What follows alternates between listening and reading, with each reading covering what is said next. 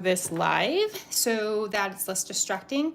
I'm finding that Patreon has quite a few people that like to comment just for commenting's sake. I don't really understand it personally, so I'm not sure what it's all about, but I'm just going to paint today. I'm going to take 2 pieces of cotton paper. I'm going to adjust my screen here so we get the most of it here. So I am reusing 2 pieces of old cotton paper that I happened to have gone through last night. I went through all my old artworks, and since I was in need of paper, I decided that I would upcycle all my paper. Excuse me, hiccups. And so that means I'm going to be reusing all my paper. That's my version of upcycling here, and save a little bit of money on paper because my favorite paper is expensive. And so this will just help me just remind me it's okay to reuse. And I'm struggling here. I usually don't struggle this bad, but I am trying to line these up nicely, and it's not lining up. So let's just struggle. Jeez. So anyway, what I am going to do is I'm going to go live directly after this for my Patreon people, and that live will be able to comment and chat and all the things that we normally do. So if that is something that interests you, consider becoming a Patreon member. You can do that for free. You can do that for a $4 subscription membership. There's a $6 membership, and then there's a $10 membership. Let me just set this straight right now. I'm not going into it like with a ton of expectations of you're going to get this, this, and the other. It's kind of more just to support people that you really like. In the long run, of course, once I, figure out what people really want and being able to deliver that in a nice way, in a good way, in a way that feels authentic to me, I'll be happy to cater that a bit more. But for now, it's kind of just me painting what feels good, what feels right, what feels fun, and sharing that with you, and talking my way through, sharing what colors I use, sharing my supplies, stuff like that. So earlier I got some new brushes. I want to play with those today too, and so I painted this right after I got back from my walk today. It was kind of fun, a soft sky, just kind of fun colors. And some of those colors are here in my handmade little turtle palette. This can be for mixing or for water, but here are the colors. There's golden ochre. There's a plain yellow ochre, golden ochre, a green gold. Or is it a deep green gold? It's something by Daniel Smith. It might be a green gold deep. I can't remember. And then an Danthrone gray, I believe, from Rosa. So 3 of these are from Rosa, and the other 3 are from Daniel Smith. So anyway, thought we'd play with those. And I just have 2 minis, so I haven't decided if I was going to do 2 verticals, 2 horizontal. If you follow me and paint with me before, I'm definitely a very intuitive artist, which means that I don't often know what I'm going to paint. So I sit down and I take a look at my colors. I grab my cup of tea. Today it's a chai tea. Add a little splash of honey and some vegan milk. And I'm going to grab my brushes and kind of just see where that goes. It's always good to have something comforting with you. I'm going to think about spraying my paper very lightly today. So just a light mist. I'm going to grab my brush and I'm going to wet my brush. I'm going to grab some of this in Danthrone gray, which I'm assuming is kind of like a Payne's. Yep, kind of a Payne's indigo color. It's new to me, this color. I've never used it before. And so I just thought I'd play with it and see where that took me. It's been a while since I've just done some really, really simple, basic landscapes, maybe just a few colors, and just seeing kind of where that takes me. Again, I did turn the comments off. Comments get a little strange on YouTube at times. People just like to comment for the sake of commenting, I think. And so my apologies if you look forward to commenting. I always appreciate your comments. And Instagram, they've been great, but here on YouTube, they get a little weird. So my apologies if that's something that you're not a fan of. Not sure I'm a fan of it yet either, but I'm also not a big fan of the distracting weird comments. They don't bother me per se, they're strange. It's just like, wait, what? Are you really wasting my time with this? Because I don't have time for that. But again, if you're interested in, after this, sorry for all the after this live, I will be going live for my Patreons, and I will obviously have the comments on, and that will be a private live. So that will be just the people in the membership. And so comments will be on and you'll be able to ask questions and do all the normal things. And so now I am just mixing some of that Indanthrone Gray with the olive green and a little bit of the ochre, and just kind of seeing where that takes me, how dark that'll get me, what that'll get me. And these are just really simple warm-up style landscapes. If you're just kind of looking for something to kind of loosen up, maybe test out some colors, test out your paper, maybe you got some new brushes and you want to try them out and you're not sure what's what, I think this kind of thing is perfect for that. And it just can give you the freedom, and it's a small piece of paper, right? So your commitment level is very low, and you can see this Indanthrone Gray has a lot of granulation going on here. Let's see what pigment colors are in this. I'm guessing there might be a black after all. Oh my gosh, this tiny writing. Oh, nope, it's, oh, yep, a PB60. I don't know what that is offhand. My apologies. It must be more of a gray than I thought it was. I was thinking Indanthrone Gray. So it's not a blue like I was saying. It's just Indanthrone Gray. So I don't know. But anyway, I'm just going to drop some more color in here. Whenever you have light spots, I think it's really fun to add in some dark spots so that you can just kind of highlight those light areas really, really well. And that way your lights kind of pop more. Something dark against your lights really kind of helps that whole thing. And again, these are not anything particular. I'm just playing around with color. So if you're expecting some amazing landscapes, that's probably not going to happen today. Just a little play time, a warm-up time, something to kind of maybe give you an idea of what maybe you'd like to go turn around and paint, or maybe colors you don't care for together, or maybe you haven't been exploring darker, moodier skies lately, and this encouraged you to go paint a really moody purple blue sky. You know, I don't know. The possibilities are always endless, and it's just sometimes a matter of a little nudge or seeing someone else do something, and then you're like, wow, okay, I can do that. Ooh, I want to explore that. And me just talking and painting, you know, doesn't always go exactly how I would envision. And I don't really have visions, honestly, like I said, intuitive artist. So a lot of times I have no idea what I'm going to paint or how it's going to go or what it's going to turn out to be or look like, or, you know, even if it's can pass as a landscape. I don't even know that sometimes. And that's all okay.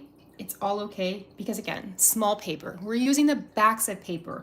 We are upcycling and using what we have and exploring in a smaller scale so that maybe you don't feel as wasteful as you might if you were using a, you know, a nice block on your 5x7 pad that only comes with maybe 10 or 12 papers in it, right? We're cutting down larger sheets, larger papers, and then we're using backside, so we're getting double the paper usage and, you know, just getting all we can, because it takes a lot of practice and it takes a lot of paper.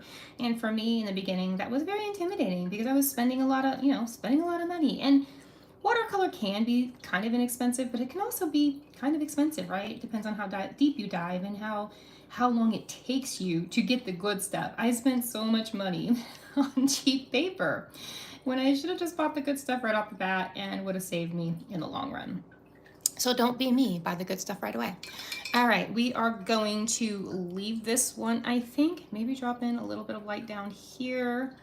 We'll come back in with some splatter maybe, and then we'll go a different route with this guy down here. So let's give this half a little spray, a little more water. I'm gonna take a roundish brush. And actually, should we try this one? We'll try this one, this roundish brush.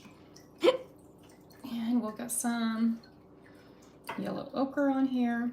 The two different yellow ochres, one's a little bit more golden than the other. And you can keep the lighter one in the middle if you want, push out the darker one to the sides. And in the long run, it probably doesn't matter, but you just don't want, I just don't usually want one flat color. If you don't notice, I can do flat, smooth washes. It's just not something that I gravitate towards or that I always love. Occasionally I do. Occasionally I really do love them. But for the most part, I really love the texture and the the suggestions of things and the movement that texture creates, and a smooth, flat surface, not flat surface, but a very flowing, perfect sky just doesn't do that for me. But again, definitely has its place, and it can be very, very beautiful. It's just not something I gravitate towards. I like all the texture and the kind of grit and the moodiness that all that other stuff brings to the table. And so that's what granulation does for you. If you're not familiar with granulating paints, they kind of do the work for you. A lot of the times they'll just bring texture and bring grit to your work without you having to mix a bunch. And you could say that was, I wouldn't say cheating, but it definitely gives you a leg up in a lot of ways instead of you having to try to figure out how that works for you. And that's fun too. I like doing it both ways. I can appreciate both, actually. I love mixing color, but I also love, love, love being able to grab some granulating paints and see what they're going to do on their own. And it doesn't always work, and it doesn't always look amazing, and that's okay too, right? Nothing always has to look amazing, and nothing always has to be your best work. You're just wanting to explore, to practice, to see what's out there, and to see where you're kind of guided in your own work, right? It's great to follow along with other people and learn things. I do try to do a tutorial a day myself, so I'm always trying to learn from others and seeing little tricks and tips I can pick up, and then I try to implement in my work, and then I try to share them with you all, because I think it's important to share that knowledge and to spread it and get it out there. And I'm not teaching or creating or showing anything that has not been done before. Nobody is, right? There is a very rare that somebody is teaching something absolutely new. Most of us are learning from others, and we're learning all over the place. So say I've learned from 10 different people. I'm taking 10 different things from those 10 different people and turning it into my own. They did the same thing, right? They took it from their 10 different teachers or one teacher or whatever, and they've also turned it into their own. So it's just all of us learning from our people around us and the work we see pop up around us and all those things. And I think that's just magical and amazing. And we're so lucky to have this at our fingertips. I know we all gripe and moan about social media at times and how it does us dirty or how it doesn't appreciate us, all the things, or how it takes away my followers and gives me negative weeks after weeks, right? There's always something to complain about, but there's always something to be grateful for too, and so many silver linings in life in general. I know life can be so tough, but watercolor is one of those huge silver linings for me, and really gets me through a lot of things and helps me see those silver linings in maybe a different look than I did before watercolor. And it gave me a purpose. Because before I was doing lots of crafts, and I've always been a crafty, hands-on kind of person. And then once I had kids, I struggled to fit that in. I still did it, but it's a struggle, as any caretaker or person, parent, or anybody mostly knows that life is a struggle with balance. And so watercolor was something I could set up. So I do always highly recommend, if you can, having a place where all your stuff is set up for you to go, to come to, so that if you have 5 minutes in your day, you can jump in and paint something, even if it again is for 5 minutes. And that for me was the game changer, just fitting that time in there. And even if it was, again, just 5 minutes.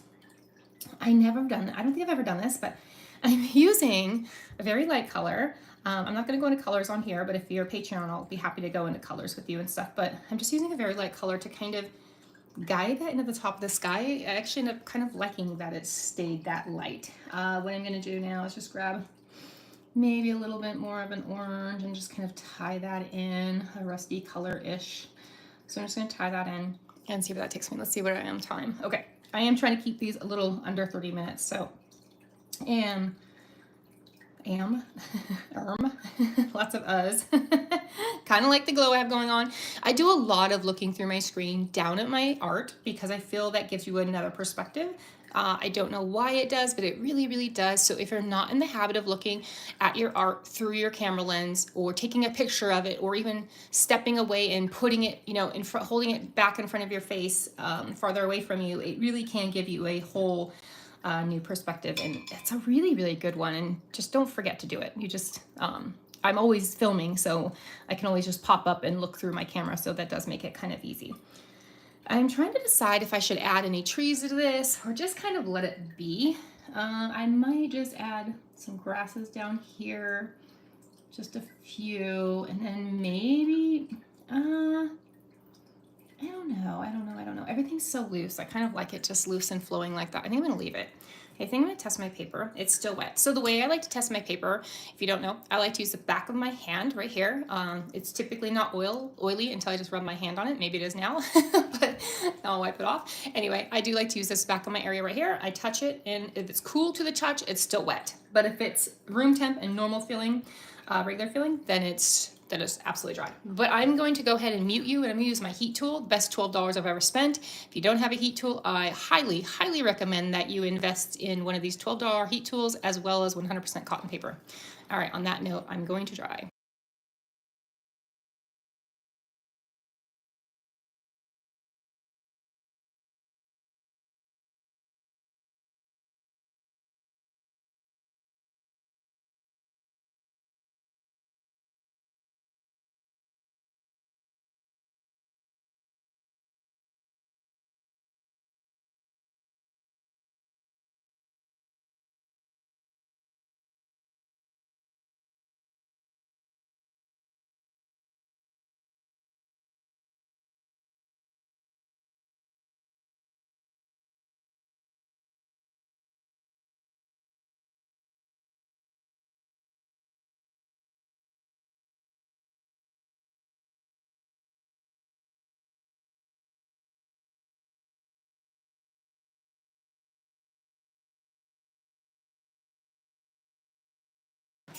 Okay, again, do the hand test.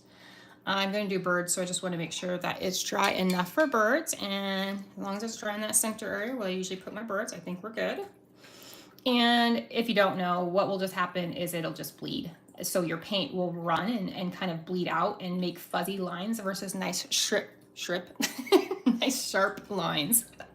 Sharp, what was I even trying to say? Nice sharp lines. And so this little birdie is just like that. Just little tiny hints of birds, right? So all my art, most of my art is not detailed, it's not perfect, it's not trying to be, it's not striving to be, but what it is suggestive. It's suggesting something to you, and every person can see something different, and that's fine. I am not, in my mind, I'm not setting out to create the dialogue or the image for you. I am giving you a starting point, sort of like a start to a story. I can't talk when I do these birds, sorry. I did a bird blob. Okay, so what I'm gonna do with the bird blob. Oh no, absolute bird blob. Shoot. Okay, so, well, crap. That was a bad one. I can't talk and do these at the same time. Okay, let's see if I can pick this bird up. If not, we'll just add some trees to it and call it. It's okay. It's okay. It's okay. But seriously, it is hard to do these lives and talk at the same time. Usually I hold my breath when I do something fine line like that. So me talking was a little too much distracting for me. And I shook a little bit. When I talk, I think you're not taking that deep breath in to like calm your system. So anyway, okay, what we can do there, a few things. What we'll do I have a few minutes to do it? I have a few minutes to do it, not very long, but just a few. So what we'll do is we'll spray our paper. And I sprayed it a lot. So what I'm gonna do is just gonna dab that off just a little bit. I'm going to take my paintbrush. I'm gonna grab my greens here, and maybe we'll just add more trees that we weren't planning on adding, right? Add a little bit more suggestions of trees once again, right? So I am not drawing perfect trees. And for this, that's the beauty of this. You don't have to either. You don't have to know how to draw perfect trees. And trees took me a long, long time to learn. So if they're taking you a long time and you're a little frustrated, maybe you go this route too of tree suggestions versus making the perfect tree, right? Nobody has to make a perfect tree. It's fun, and it's, oh my gosh, it's so rewarding to do so. I won't say mine are perfect yet, but they, and also, here's my biggest tip. If you paint enough trees, they, again, will look like trees. Because, again, you're suggesting trees. You are not telling the viewer this is the perfect tree. You're seeing a forest, and nothing's perfect in the forest, right? There are just different textures and different things going on. So now we're going to dry this again, and we'll be back to where we started.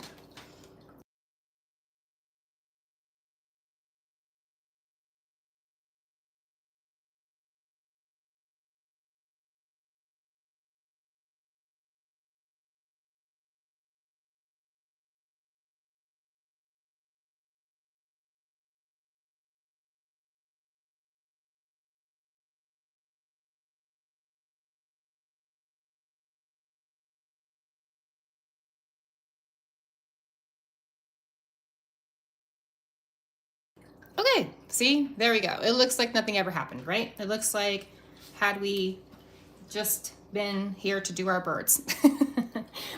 And stuff happens. So don't freak out if anything happens, right? Everything's fixable.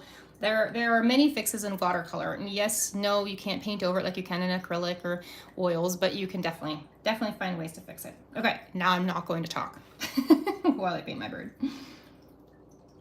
There we go. Now I'm just gonna do one more little bird down here.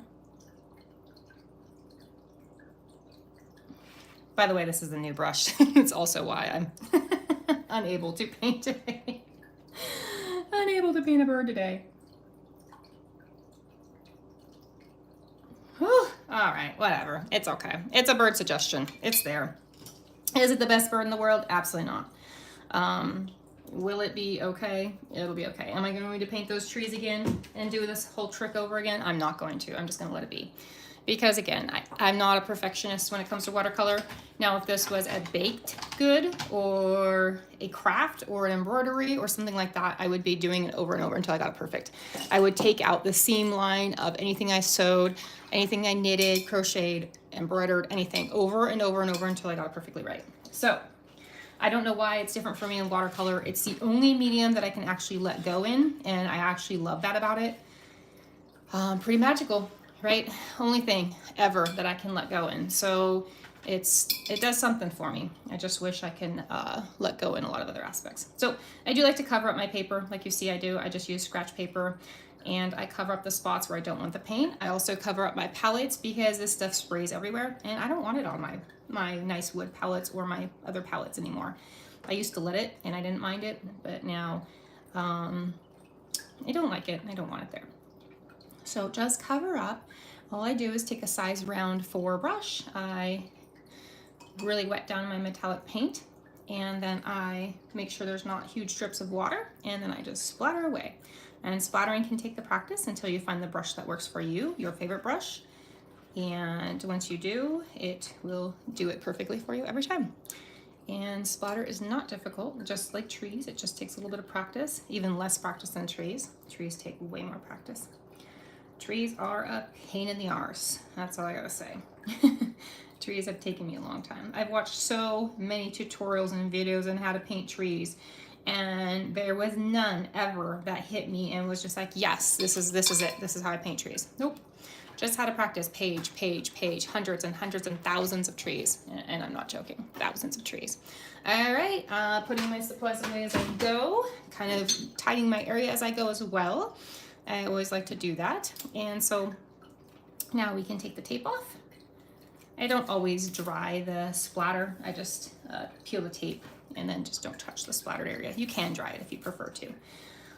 Ideally, you do want to make sure your paper is 100% dry before you start messing around and doing this kind of stuff. But, you know, again, this is just practice, so I don't need it to be perfect. Nothing needs to be perfect for me.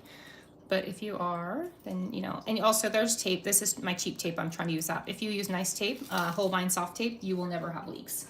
I am using cheap tape that, again, I'm trying to use up. So I do have leaks. Not pleasant, but I don't really mind because technically, if you cover this in a mat, you would never see that, right? Or if you scanned this and used it for something, you can clean up all those edges. So for me, leaks are not a big deal. All right, so we have our blue with some fun bleeds and our little birds. And then we have our golden sunset with our flying pterodactyl or bat or something very giant. Maybe it's flying monkeys, who knows? And that's okay, we don't have to know. I'll leave it to you, for you to tell me what's flying through the air. All right, I have to go. I am off to do another live for Patreons. Again, if you want to be a Patreon subscriber, I can leave the link down in the description, and I will also leave the link to something else I mentioned before. No, I won't actually. That's the only link I'll leave. All right, if you have any questions, feel free to comment, and I'll be happy to answer those for you. All right, bye, and I'll see you next week.